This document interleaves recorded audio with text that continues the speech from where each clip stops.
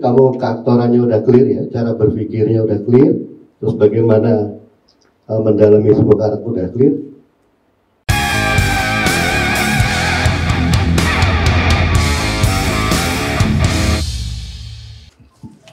Oke, assalamualaikum warahmatullahi wabarakatuh.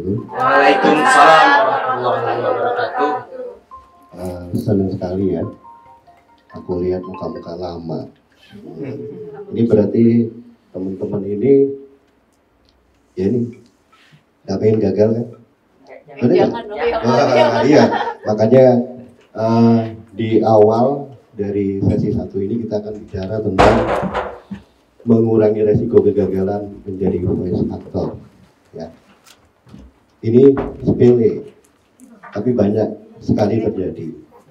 Pengalaman, ini belajar dari pengalaman saya sebagai pendidik. Ya. Dari 20 yang ikut belajar, lolos 2 aja itu bagus. 2 berhasil, jadi dapur hingga sekarang. Apalagi 53. Ternyata dari kajian saya selama mendidik, ada hal-hal yang ternyata di belakang itu ada keilmuan. Persoalannya di situ. Ya. Oke, slide. Jadi voice actor itu gampang asal kamu punya ilmu. Ya. Karena ilmu itu yang membuat kita jadi tahu mana yang salah, mana yang benar. Itu substansi dari belajar. Belajar itu simpel. Tahu yang benar, tahu yang salah. Ya. Itu sebabnya di dalam proses menuju seorang voice actor, sekarang itu populernya voice actor ya. Ada 3 hal yang saya petakan di sini menjadi penting sekali. Yang pertama, menguasai ilmu seni peran atau keaktoran. Nah, saya mau garis bawain aja karena kalau kita pecah panjang lebar tentang seni peran, kayaknya seminggu gak cukup. Ya, intinya dari keilmuan seni peran ini, substansinya adalah ilmu yang mempelajari cara berpikir dan perasaan sebuah karakter. Karakter itu bisa berwujud manusia, bisa berwujud benda. Karakternya, cara berpikir dan bagaimana perasaannya. Sisanya teknis. Olah tubuh, olah vokal, olah rasa, teknis. Ya. Kebanyakan orang berhenti di situ. Dia olah vokalnya bagus. Olah tubuhnya bagus. Tapi nol di pemikirannya. Makanya dari dulu ketika saya mengajari teman-teman belajar keaktoran, saya cuma bilang, dunia aktor itu tempatnya orang yang cerdas. Orang bodoh nggak boleh masuk sini. Kenapa? Nggak akan sampai. Itu tadi. Gimana kamu bisa mempelajari cara berpikirnya karakter? Sebut. Saya pengen mempelajari karakternya Hana.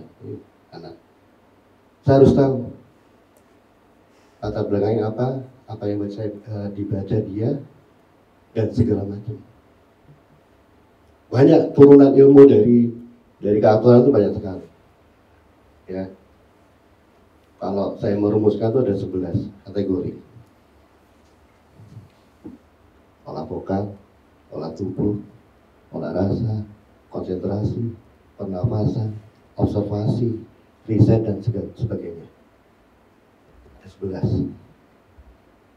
Nah itu kesimpulannya mengarah kepada cara berpikir dan cara mengungkapkan perasaan. Kenapa begitu? Karena kita juga karakter. Kita ini mempelajari karakter, sementara diri kita adalah karakter. Ya. Bagaimana kita mengenal karakter orang lain kalau kita tidak mengenal karakter diri kita. Apa yang kita bedakan?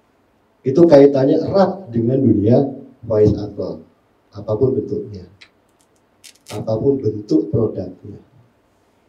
Kalau belajar sama saya ditanya, bagaimana Om cara baca? Saya nggak ngerti.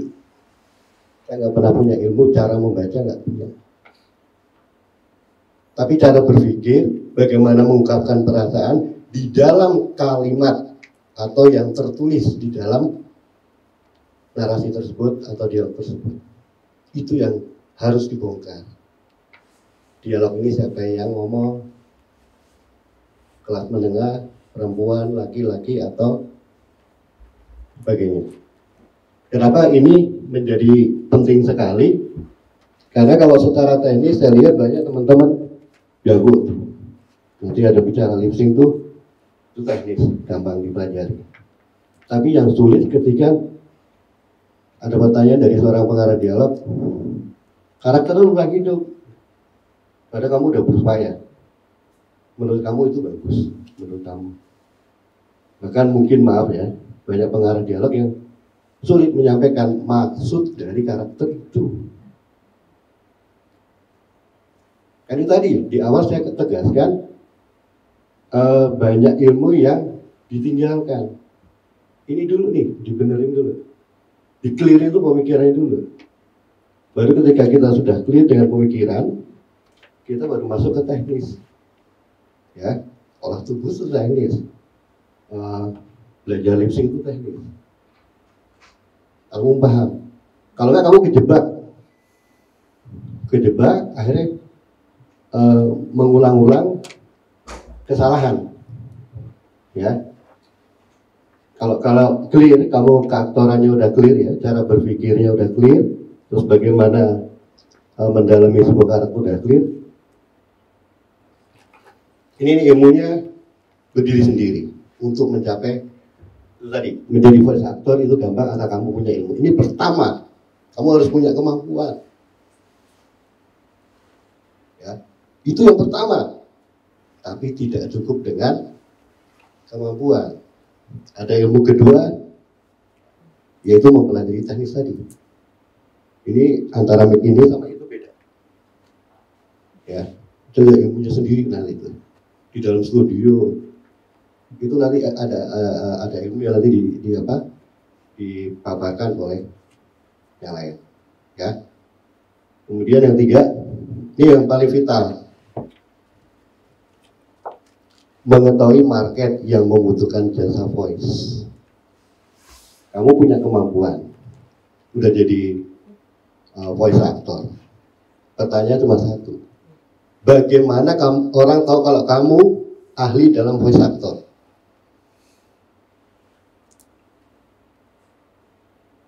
Bagaimana kalau kamu tidak mengenal ini?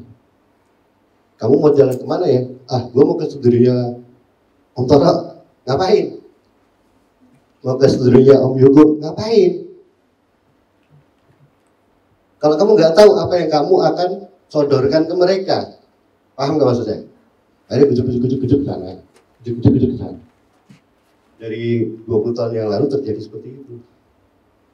Ada yang sampai nginep studio juga ada, akhirnya pulang kampung. Tapi kalau kamu sudah menguasai dua hal yang utama ini, kamu tahu dong apa yang kamu jual. Sepakat ya? Om Toro, saya voice actor, kemampuan saya ini. Nih. Ya. Sempurnain dulu. Karena kesan pertama kamu datang ke tempat yoga ke Om Toro, kesan pertama kemampuanmu. Mereka orang sibuk, berpikirnya bisnis, kerja. Jadi kesan pertama harus bagus, syarat. Kesan pertama. Kesan kedua udah gak menarik. Ya, oke, sadar masuk ke Om Toro tes voice. Kesan pertama ternyata nggak bagus. Berikutnya Om Toro dihubungin, Om Toro, aku mau datang lagi. Dia udah mikir, Kemarin aja baca begitu. Oh ya, nanti kalau ada waktu saya hubungin, udah selesai. Akhirnya dikasih apa? PHP kan? Iya kan? Setuju kan? Kamu akan beruntung kalau ketemu orang yang ketika kamu dalam studio kamu bilang, kamu tuh belum bisa apa-apa, kamu gini, kamu tuh masih jelek. Enak kan? Dibanding dikasih loh, iya itu sering terjadi ya. Ya. Itu tadi saya mengingatkan lagi, saya mempelajari adik-adik saya dari dulu. Kenapa kok yang gagal banyak? Saya sedih sebagai guru. Jujur. Mulai dari 50 yang jadi 55. Yang 45 kemana nih? Ya. Ternyata banyak faktor penyebabnya selain ini. Nanti kita buka. Bukan yang sekedar ini. Oke? Ya. Sampai di sini ada yang mau ditanya? Kita pintar kayak ini. Karena udah kemana-mana nih anak-anak. Karena udah jelas ya. Adik siapa? Beba. Paham, Dek? Oke. Mamanya mana? Oke. Nanti mamanya bantu transfer ya, karena saya tidak bilingual, nggak ngomong sama dewasa, ngomong sama anak-anak, ya. Oke, next.